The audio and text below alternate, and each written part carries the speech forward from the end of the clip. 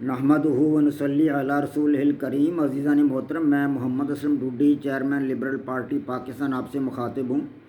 اور آپ دیکھ رہے ہیں لبرل پارٹی پاکستان یوٹیوب چینل۔ عزیزان محترم، آپ کو پتہ ہے کہ اس چینل کے توسط سے آپ کے سامنے لبرل پارٹی پاکستان کا منشور بیان کیا جاتا ہے، اور میں اس مقصد کے لیے آپ کے سامنے وقتاً فوقتاً اپنے خیالات کا اظہار کرتا رہتا ہوں۔ آج جس موضوع پر میں آپ کے سامنے بولوں گا اس کا عنوان ہے امریکہ ٹیکنالوجی کے میدان میں پیچھے رہ گیا، چین بازی لے گیا۔ عزیزان محترم، liberal Party Pakistan YouTube channel آپ کا اپنا چینل ہے۔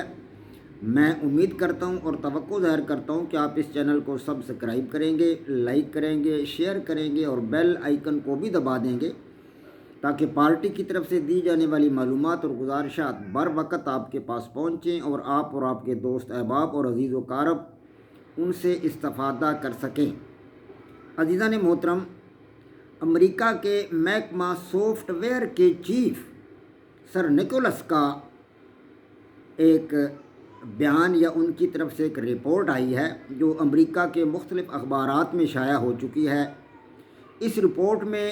سر نکولس کا کہنا ہے کہ امریکہ اپنی فوجی صلاحیت جو ہے وہ کھو چکا ہے۔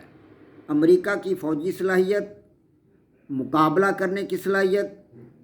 اور دیگر ممالک کے ساتھ موازنہ کرنے کی صلاحیت، خاص طور پر چائنا کے ساتھ مقابلہ یا موازنہ کرنے کی صلاحیت امریکہ کھو چکا ہے، اور امریکہ کی فوجی، حربی اور عسکری صلاحیت جو ہے وہ کافی حد تک کم ہو چکی ہے۔ اس کے ساتھ ساتھ سر نکولس نے یہ بھی بتایا ہے کہ امریکہ کی جو معاشی قوت ہے، معاشی طاقت ہے، حربی طاقت کے ساتھ ساتھ اس کی معاشی قوت بھی جواب دے چکی ہے اور چائنا کے مقابلہ میں وہ بہت حد تک کم ہو چکی ہے۔ معاشی میدان میں گویا کہ امریکہ اب چین کا مقابلہ کرنے کے لیے باصلاحیت نہیں رہا۔ انہوں نے یہ بھی بتایا کہ چین آرٹیفیشل انٹیلیجنس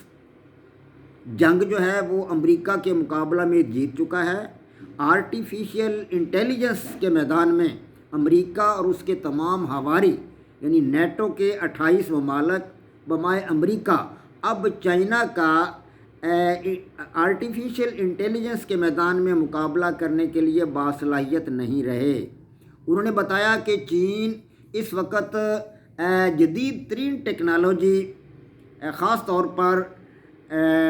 جینیاتی سائنس اور بائیو ٹیکنالوجی کے میدان میں چائنا امریکہ اور اس کے اتحادیوں سے بہت زیادہ آگے نکل چکا ہے۔ اب چین جو ہے وہ عالمی تسلط کی طرف آگے بڑھ رہا ہے اور وہ عنقریب پوری دنیا کو لیڈ کرے گا۔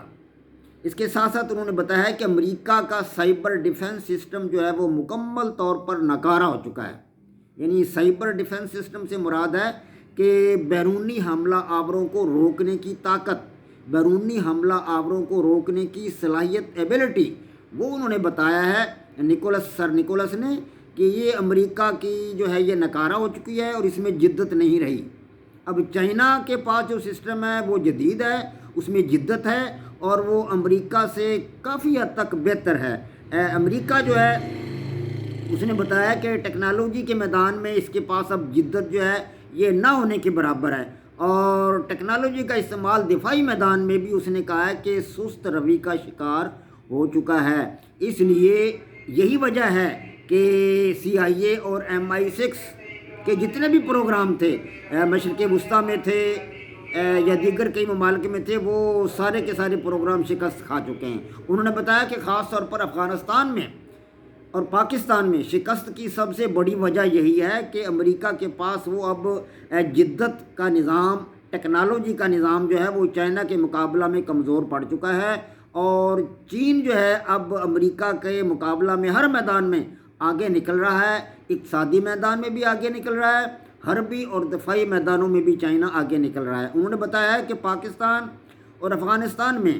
شکست کی سب سے بڑی وجہ یہی تھی۔ انہوں نے بتایا کہ میں نے ستمبر کے مہینہ میں ریزائن کر دیا تھا انہی اسباب کی وجہ سے۔ انہوں نے بتایا کہ میں ستمبر کے مہینہ میں مستعفی ہو چکا تھا،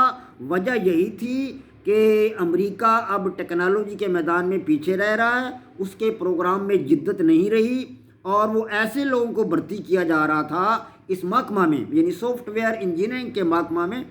ایسے لوگوں کو بھرتی کیا جا رہا تھا، آگے لایا جا رہا تھا، ان کے ہاتھ میں سپرویژن دی جا رہی تھی جو اس کام سے بالکل ناواقف تھے، جن کو ٹیکنالوجی کا پتہ ہی نہیں تھا، سافٹ ویئر انجینئر کے بارے میں کچھ علم نہیں رکھتے تھے، ان کو سفارشیوں کے طور پر یا اقربا پروری کی وجہ سے ایسے لوگ بھرتی کیے جا رہے تھے۔ یہی وجہ تھی کہ میں نے اپنی ملازمت سے اپنی سرپرستی جو مجھے حاصل تھی اس میں ٹیکنالوجی کے میدان میں، سافٹ ویئر انجینئرنگ کے شعبہ میں نے اس سے ریزائن کر دیا تھا، اس لیے کہ اب چائنا جدت کے میدان میں ہم سے بہت آگے نکل چکا ہے، حربی میدان میں بھی ہم سے بہت آگے نکل چکا ہے، اور سافٹ ویئر انجینئرنگ کے میدان میں، اسی طرح وہ معاشی میدان میں بھی، گو کہ اب اس وقت دنیا کی دوسری بڑی معاشی طاقت ہے چائنا، لیکن پھر بھی وہ معاشی میدان میں امریکہ سے بہت آگے نکل رہا ہے، اور وہ وقت دور نہیں جب چائنا اور امریکہ کا بالکل مقابلہ زیرو ہو جائے گا، یعنی امریکہ اس میدان میں چائنا کے برابر بالکل نہیں آ سکے گا۔ تو گویا کہ اب چین اور امریکہ کا حربی موازنہ بھی ممکن نہیں رہا، اور دفاعی موازنہ بھی چین اور امریکہ کا کوئی نہیں رہا۔ چین ہر لحاظ سے امریکہ سے آگے نکل چکا ہے۔ وما علینا الا البلاغ۔ پاک فوج زندہ باد، پاکستان پائندہ باد۔